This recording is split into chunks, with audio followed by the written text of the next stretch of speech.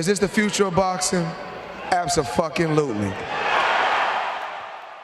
Imagine growing up in an environment where survival is the only thing on your mind, a life marked by violence, instability, and homelessness. For most, such circumstances would break their spirit, but for one young boy from the streets of Baltimore, it became the fuel to ignite a dream. Gervonta Davis, a name now synonymous with power and precision in the boxing ring, defied the odds in ways few can imagine. This is the extraordinary story of how a homeless child became a boxing star. Growing up in Baltimore's Sandtown-Winchester neighborhood wasn't just tough, it was survival of the fittest. Born on November 7, 1994, Gervonta "Tank" Davis faced a world most would only dare to imagine. This wasn't just any neighborhood, it was one of the most crime-ridden areas in Baltimore, plagued by violence, drugs, and poverty. For Davis, life in West Baltimore was chaotic, unpredictable, and anything but easy. His father was in prison, his mother struggled with drug addiction, and Gervonta and his brothers found themselves in protective custody at a young age. Life could have swallowed him whole. Yet amidst all the turmoil, Davis found something that gave him direction: boxing. At just 5 years old, he stepped into the Upton Boxing Center, a decision that would alter his life forever. The Upton Boxing Center was more than just a gym, it was an oasis in a desert of despair. It was a place where kids from broken homes and tough neighborhoods could punch through their frustrations and dreams. And Davis? He didn't just walk in, he owned that space. Under the guidance of his coach, Calvin Ford, Davis started to channel his energy into something productive.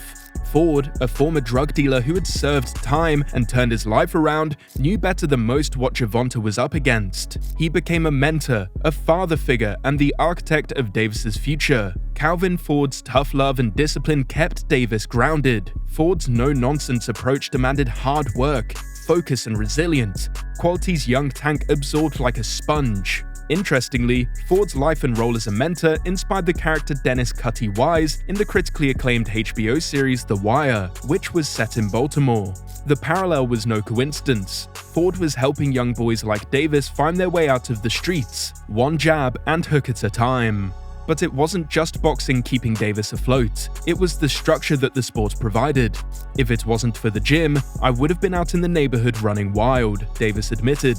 And running wild in a place like Sandtown-Winchester often meant falling into the same traps that ensnared so many others: violence, drugs, and crime. School, however, was a different story. Davis initially attended Digital Harbor High School, but balancing academics and a budding boxing career wasn't easy. As his talent in the ring grew, the pull of boxing became too strong.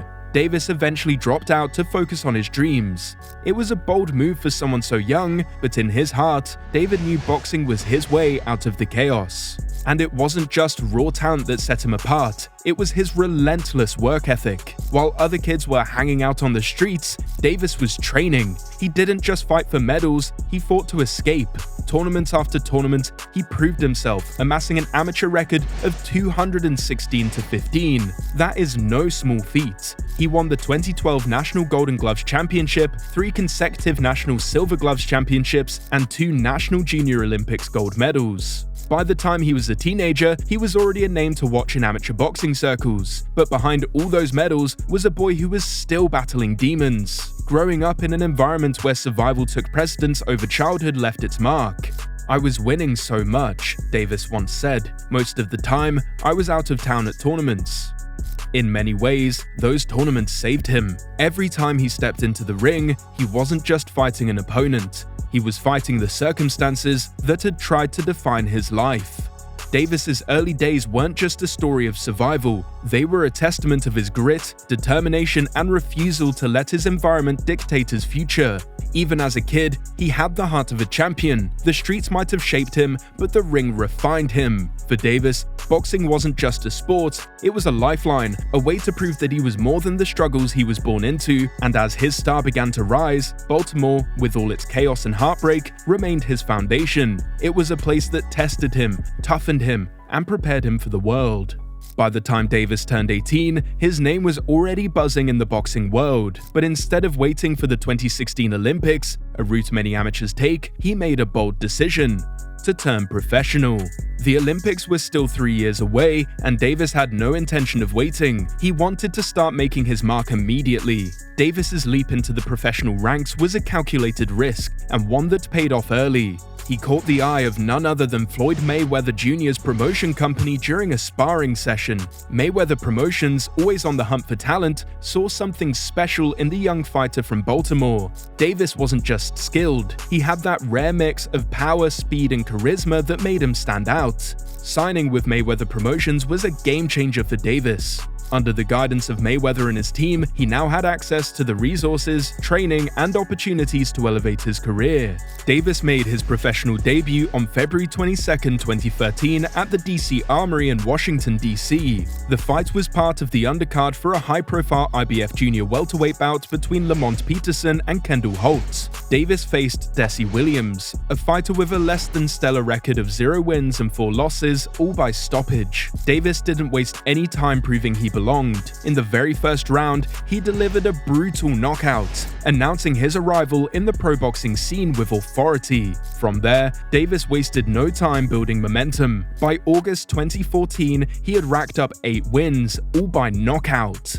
Each victory showcased his incredible punching power and ability to close out fights quickly. However, his streak of early finishes came to an end in October 2014, where he faced the experienced Germán Meraz, a veteran with over 70 fights under his belt. For the first time in his professional career, Davis was taking the distance. Despite this, he knocked Meraz down twice, once in the 3rd round and again in the 5th, on his way to a unanimous decision victory. It was a valuable learning experience for the young fighter, showing he could maintain control and composure over a longer fight. As Davis's professional career progressed, his reputation as a knockout artist only grew. On February 20th, 2015, he made a statement by becoming the first fighter to stop Israel Suarez, delivering a devastating first-round knockout. Just 3 months later, on May 22nd, he scored another emphatic win, stopping Alberto Mora in just 74 seconds. Mora, known for his durability, had never been stopped before, until he met Davis. The momentum continued to build. On September 12, 2015, Davis fought on one of the biggest stages of his career so far, the undercard of Floyd Mayweather's bout against Andre Berto at the iconic MGM Grand Garden Arena in Las Vegas. It was a golden opportunity to showcase his talent to a massive audience, and Davis delivered, dispatching Ricky DeLay in only 94 seconds. The referee in charge, Russell Mora, stops the contest. He is the winner by way of technical knockout, Gervonta Davis. The boxing world couldn't help but take notice. It wasn't just his raw power that stood out, it was his ability to put on a show. Davis had that star quality, something his mentor, Floyd Mayweather, recognized immediately. Mayweather's endorsement of Davis as the future of boxing carried weight. Is this the future of boxing? Abso-fucking-lutely. And the young fighter seemed determined to live up to the hype. In late 2016, Davis's hard work and impressive record earned him his first shot at a world title. ESPN announced that he would challenge Jose Pedraza, the undefeated IBF super featherweight champion, on January 14, 2017. The fight was scheduled to take place at the Barclays Center in New York, as part of the undercard for the super middleweight unification bout between James DeGale and Badou Jack. It was a high-stakes fight for Davis, but he entered the ring with confidence. Pedraza, making his 3rd title defense, was a formidable opponent with a record of 22-0. However, Davis was undeterred. The fight was competitive, with both fighters showcasing their skills, but Davis's power and precision were undeniable. In the 7th round, he delivered a knockout blow that ended the fight and crowned him the IBF super featherweight champion. There, after. Big right. Thanks, Pedraza. Oh yeah.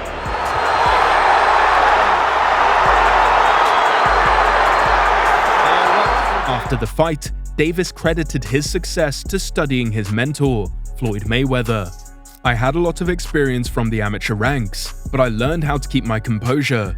Floyd told me to stay calm, and I studied Floyd Mayweather when he was Pretty Boy. My uppercut was my best shot, and it was landing all night. That uppercut in particular was a devastating weapon that Pedraza simply couldn't handle. With the victory, Davis became one of the youngest world champions in boxing. He earned $75,000 for the fight, a far cry from Pedraza's $225,000, but the payday was only a small part of what the win meant for Davis. It was a moment of validation, not just for his decision to turn professional early, but for all the sacrifices he had made along the way. He wasn't just a promising young fighter anymore, he was a world champion, with the world of boxing now firmly watching his every move. Under Mayweather's guidance and his own relentless drive, Davis had transitioned from a promising amateur to a professional star. This wasn't just a career, it was the realization of a dream that began in the rough streets of Baltimore, and it was only just beginning. When May 2017 rolled around, Davis was ready to step onto a bigger stage. He had conquered the American boxing scene, and now, for his first title defense, he was heading across the Atlantic to London, England. The opponent? Liam Walsh, an undefeated fighter with a 21-0 record and 14 knockouts to his name. Walsh wasn't just any challenger, he was ranked #1 by the IBF and carried the hopes of a passionate British boxing fanbase.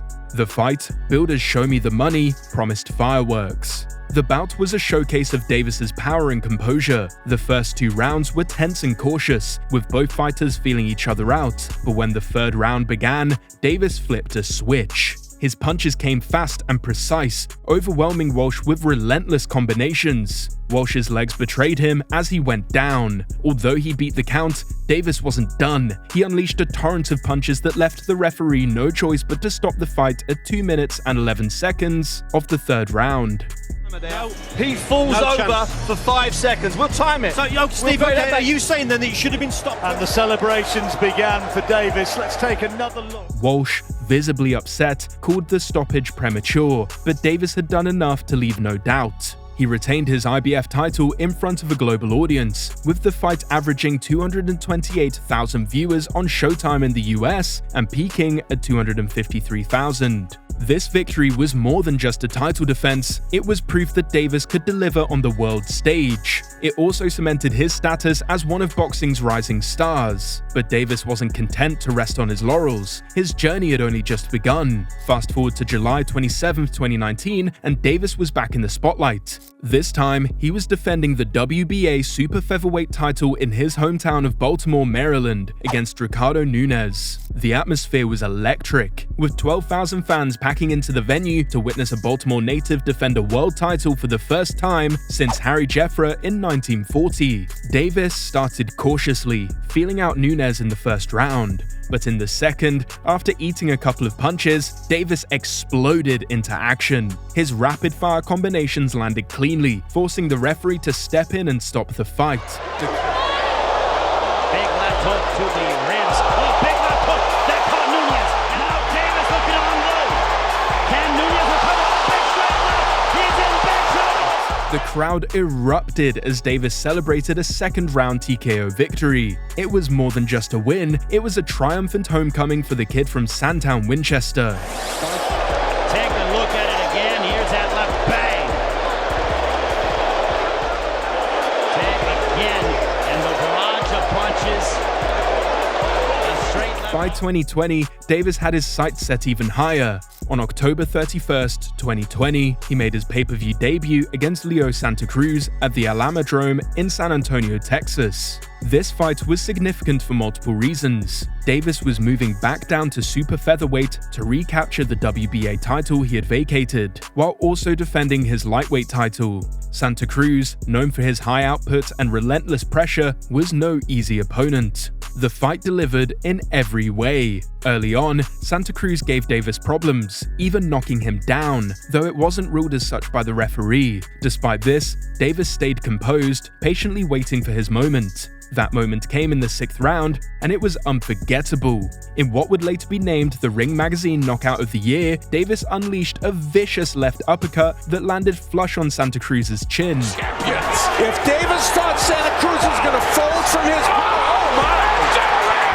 The Mexican fighter crumpled to the canvas, and the referee immediately waved it off. It was over. Davis had not only retained his lightweight title, but also reclaimed the super featherweight crown in devastating fashion. At the time of the stoppage, all 3 judges had Davis ahead by 48-47.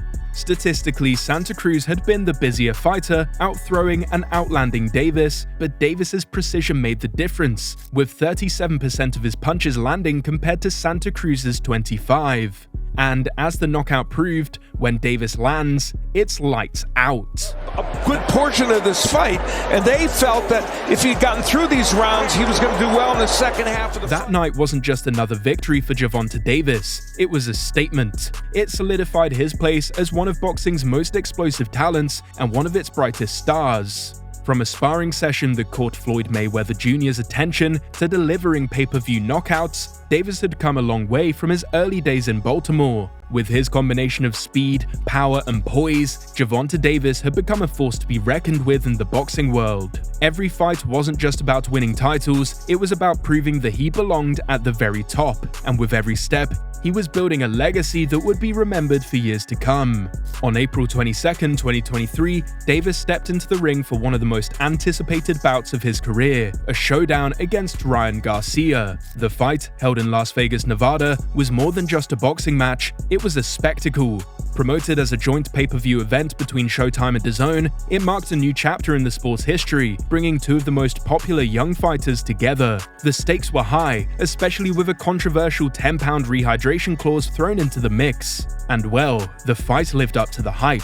Garcia came out aggressive early, looking to make a statement, but Davis, always the tactician, stayed composed. In the second round, he capitalized on Garcia's overzealousness, landing a devastating left hand that sent Garcia crashing to the canvas. Garcia got up and continued to press, but Davis remained patient, picking out his shots and methodically breaking down his opponent. By the 7th round, Davis delivered the final blow, a vicious body shot that sent Garcia to the canvas again. This time, Garcia didn't make the count. He waited until the referee's call before standing, leading some in the boxing world to question his heart and label him a quitter.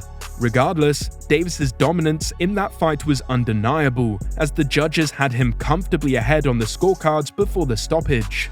We're going to see the quick reaction from Tank Davis. Boom, well timed, right in the liver. Later that year, the boxing world shifted once more. On November 29, 2023, Devin Haney vacated his WBA super lightweight title to pursue challenges in the super lightweight division. This move automatically elevated Davis to the primary WBA lightweight champion, further solidifying his position as one of the sport's elite fighters. With the belt officially his, Davis now carried the mantle of being the man to beat in the lightweight division. In June 2024, Davis returned to the ring to defend his title against Frank Martin at the MGM Grand Garden Arena in Las Vegas. Both fighters were coming off of year-long layoffs, but Davis, ever the showman, proved why he's regarded as one of boxing's best. The fight was competitive in the early rounds, with Martin showing flashes of skill and grit, but as always, Davis's power became the defining factor. By the 8th round, Davis delivered a crushing knockout,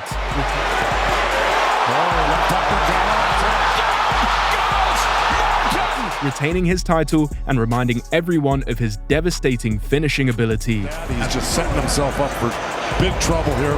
There's the uppercut, and there's the left hand. Wow!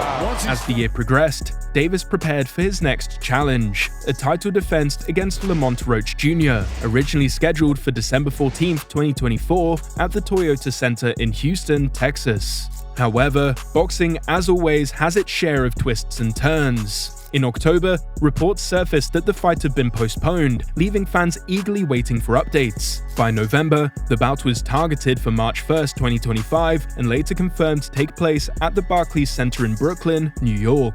This upcoming fight carries immense weight for Davis. While he's no stranger to the big moments, the layoff since his victory over Ryan Garcia in 2023 has left fans and critics alike wondering how he'll perform after such a long break. Shaking off the ring rust and proving his dominance once again will be crucial as he faces Roach, a skilled and determined challenger. But as Davis himself knows, boxing is a relentless game. Every fight is a new challenge, and staying on top requires more than talent. It demands discipline, resilience, and an unyielding hunger to win. As he prepares for his next bout against Lamont Roach Jr., Davis stands at a crossroads.